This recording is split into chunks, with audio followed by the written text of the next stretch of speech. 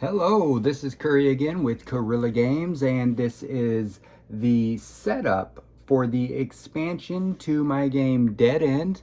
This is the Deadly expansion setup. As you see here, I've already got the core game set up on the table, and I got a video for that one already, so we won't rehash that. But I will show you how easy it is to include the expansion.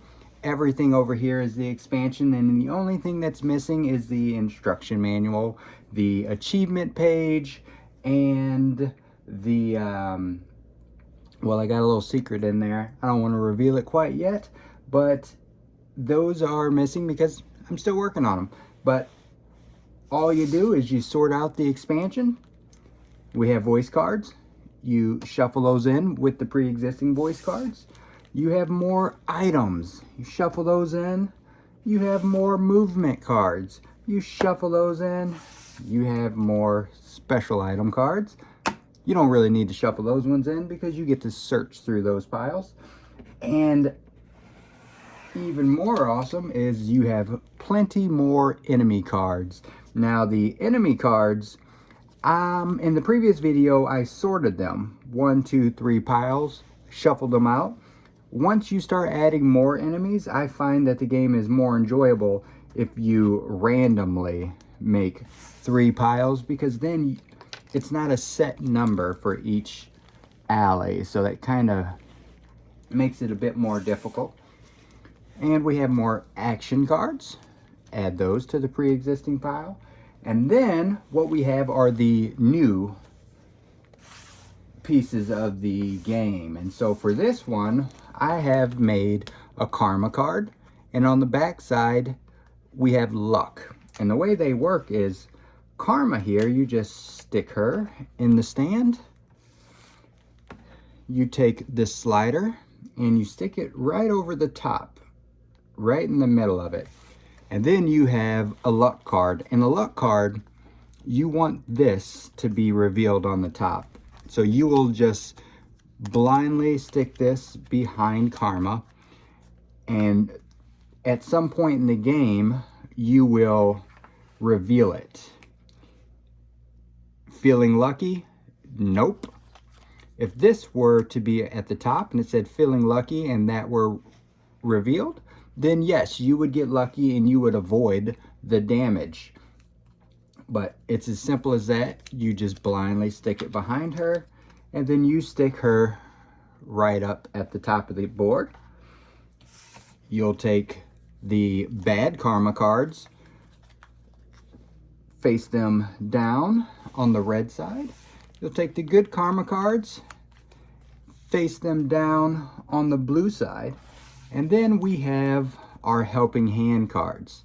Now the helping hand cards, you start with 3 randoms, and you just put the rest here. And you can look at these cards.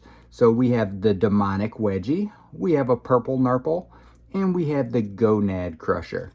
So these are in your hands, and they are basically Bobby Butcher's third arm. You get to use them throughout the game.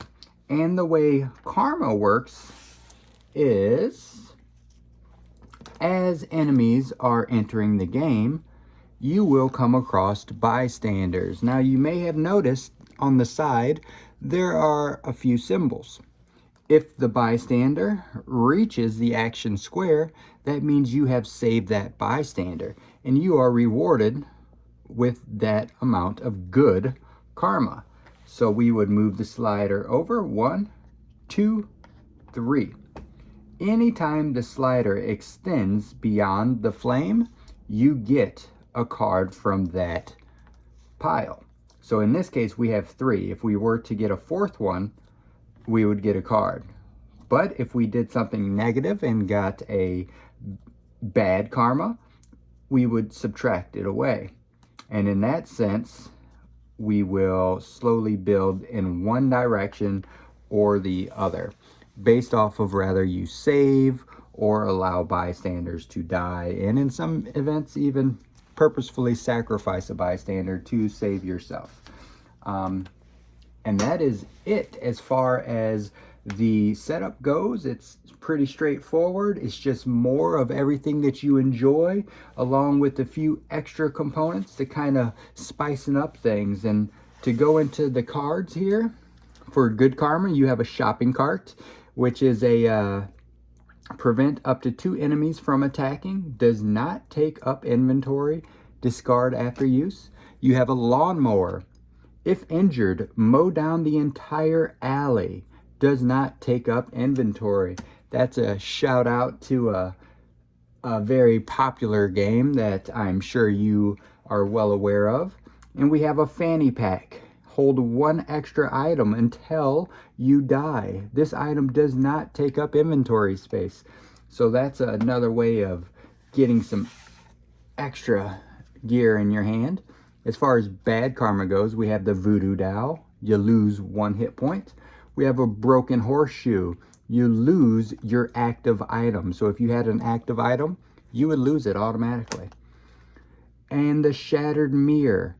You would lose your active voice card with this one. So those ones are pretty straightforward as well.